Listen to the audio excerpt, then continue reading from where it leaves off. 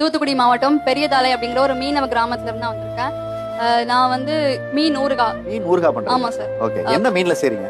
நம்ம கிட்டத்தட்ட 8, 9 மீனுக்கு மேல பண்ணுவோம். வஞ்சிரம், அப்புறம் இறாலு, கனவா, சீலா, வங்கடம், அதுக்கப்புறம் சூரை. ஸோ நீங்க என்ன மீன்ல கேட்டாலும் நான் பண்ணி கொடுத்துருவேன். கருவாட்டுலயும் ஊறுகாய் பண்ணுவோம்.